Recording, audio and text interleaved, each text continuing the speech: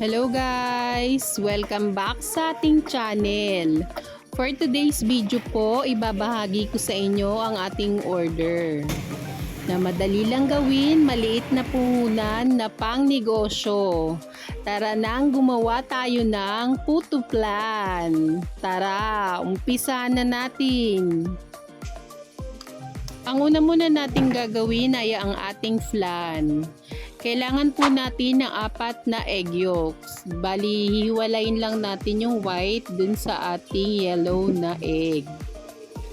Yung pang-5 po ay whole egg na. Maglalagay po tayo ng 300 grams ng condensed milk. Tapos sa ating mangkok po, maglalagay tayo ng 1 tablespoon ng cornstarch, 1/2 teaspoon ng egg yellow.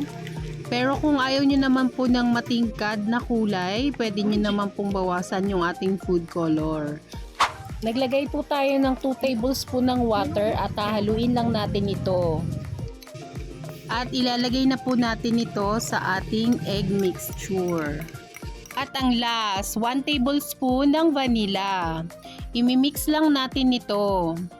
Ako po si Glory at meron po akong maliit na tindahan dito sa Quezon City. Binabahagi ko po ang aking mga paninda at mga orders sa paggawa ng mga video. Pwede po bang maglambing? Paki-comment naman po kung saan ang inyong location para malaman ko po kung saan umaabot ang aking mga videos. Maraming salamat! Sasalain na po natin ang ating flan mixture para po maiwasan natin ang mga buo-buo. Gagawa naman po tayo ng ating puto butter. Gagamit po tayo ng 4 tablespoon ng baking powder, 1 tablespoon ng iodized salt, 1 tablespoon ng vanilla, 3 whole eggs. Large po yung gamit natin.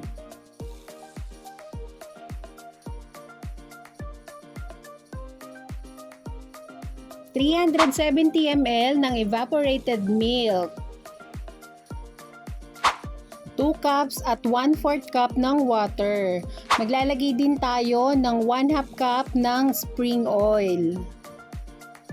At haluin po natin. Bago po tayo magkalimutan, maglalagay din po tayo ng 2 cups ng wash sugar. At tutunawin po natin ito.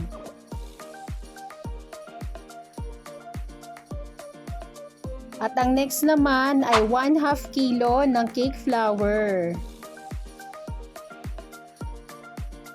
At atin na po itong imimix. Kung gusto nyo po ng ganitong mga video, please like and subscribe to our YouTube channel. Thank you and God bless! Tips lang po, dapat po hindi natin i-overmix ang ating puto butter. Isasala po natin ang ating puto butter para siguraduhin wala pong buo-buo.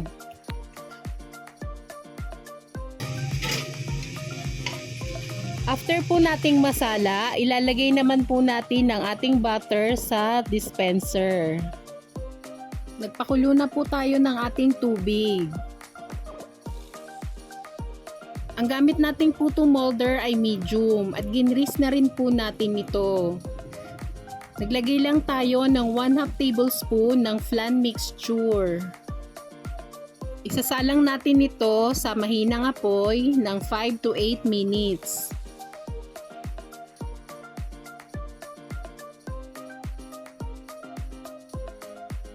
At eto na ang ating flan.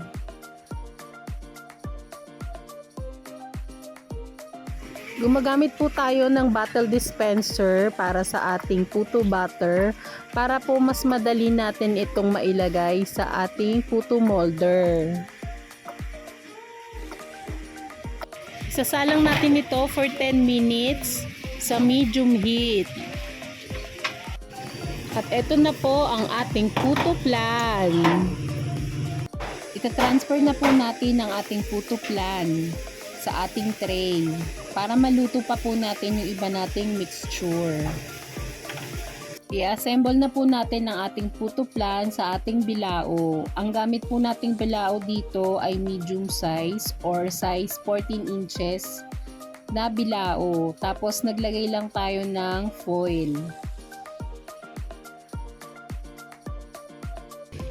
At eto na po ang ating 50 pieces na puto flan. Thank you for watching! Hello guys! Welcome back sa ating channel. For today's video po, may order po tayong kakanin. Samahan nyo akong gumawa ng ube puto flan. Tara, umpisa na natin!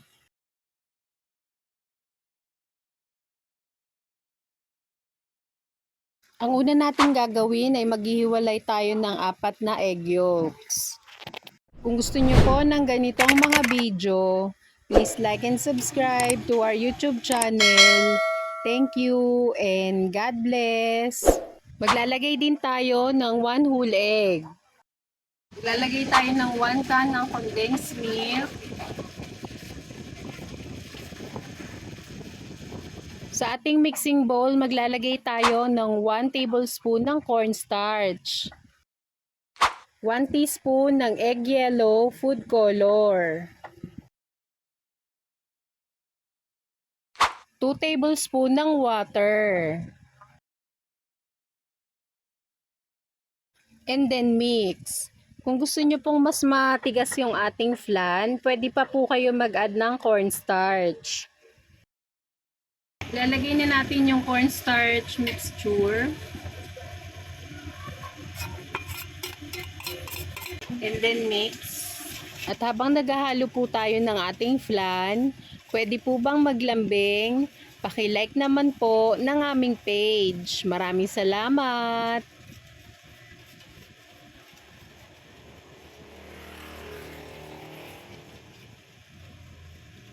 Isasala po natin ang ating flan para maging firm po ito.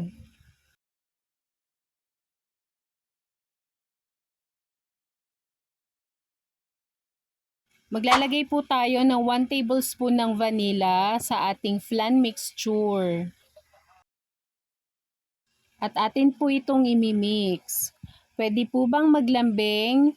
Paki-comment naman po kung saan ang inyong location para malaman ko po kung saan umaabot ang ating mga videos. Maraming salamat!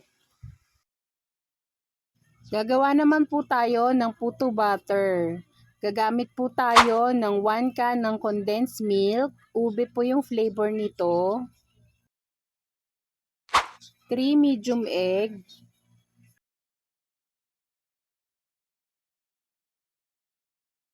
1/2 cup ng spring oil, 1 tablespoon ng vanilla,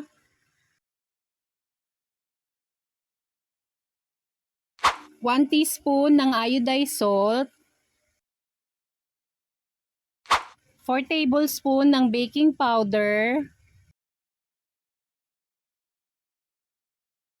1 cup and 1/2 cup ng washed sugar. And then mix.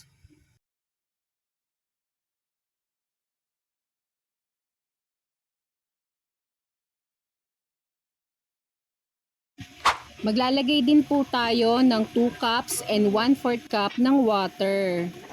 Kaya po ganyan ang kulay ng ating water, sinimot ko po yung ating condensed milk. Kung gusto nyo po ng ganitong mga video, please like and subscribe to our YouTube channel. Thank you and God bless!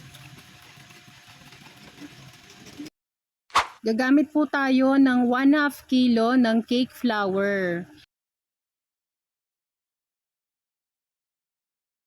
And then mix. Tips lang po, dapat po hindi natin ito i-overmix para hindi po tumigas ang ating puto.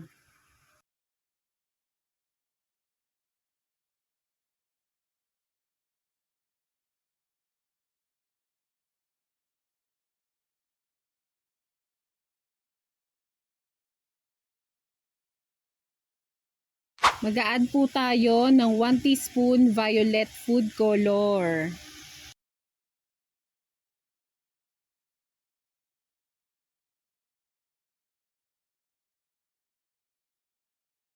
Isasala po natin ng ating puto butter para po mawala yung buo-buo.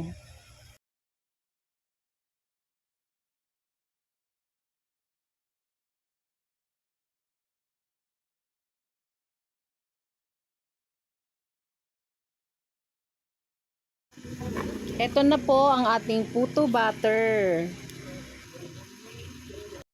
Isasalin po natin ang ating puto butter sa squeeze bottle para po mas madali natin itong ilagay sa ating puto molder at malesen yung mga tapon. Ayan, nagpakulo na tayo ng ating tubig. Yung pandan po, optional lang naman yan. Ito po yung ating puto molder na medium. Ginris na rin po natin ito para hindi dumikit yung ating puto flan. Mag-start na po tayong magluto ng ating flan.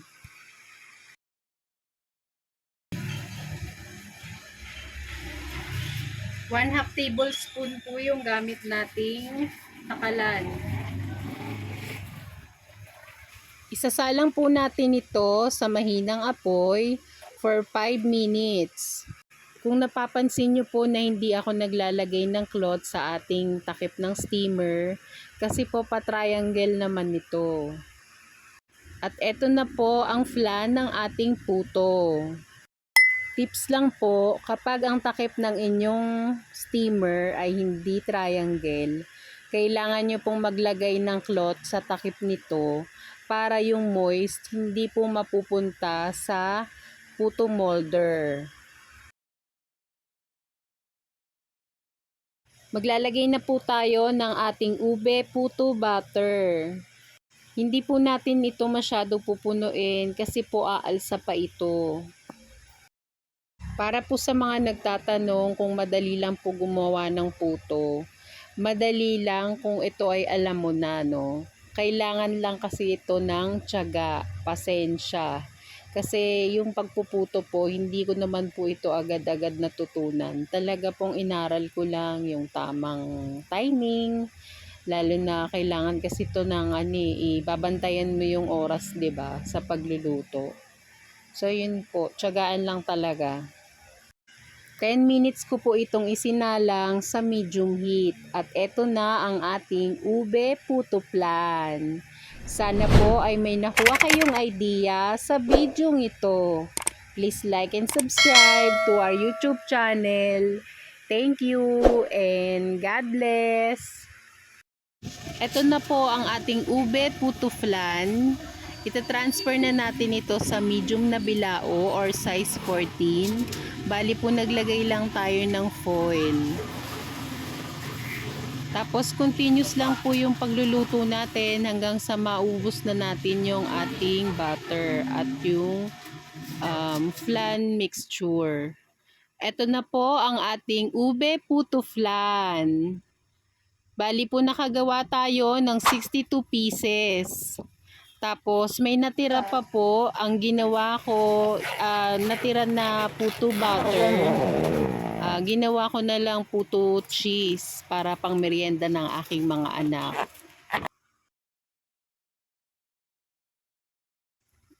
Thank you for watching. God bless!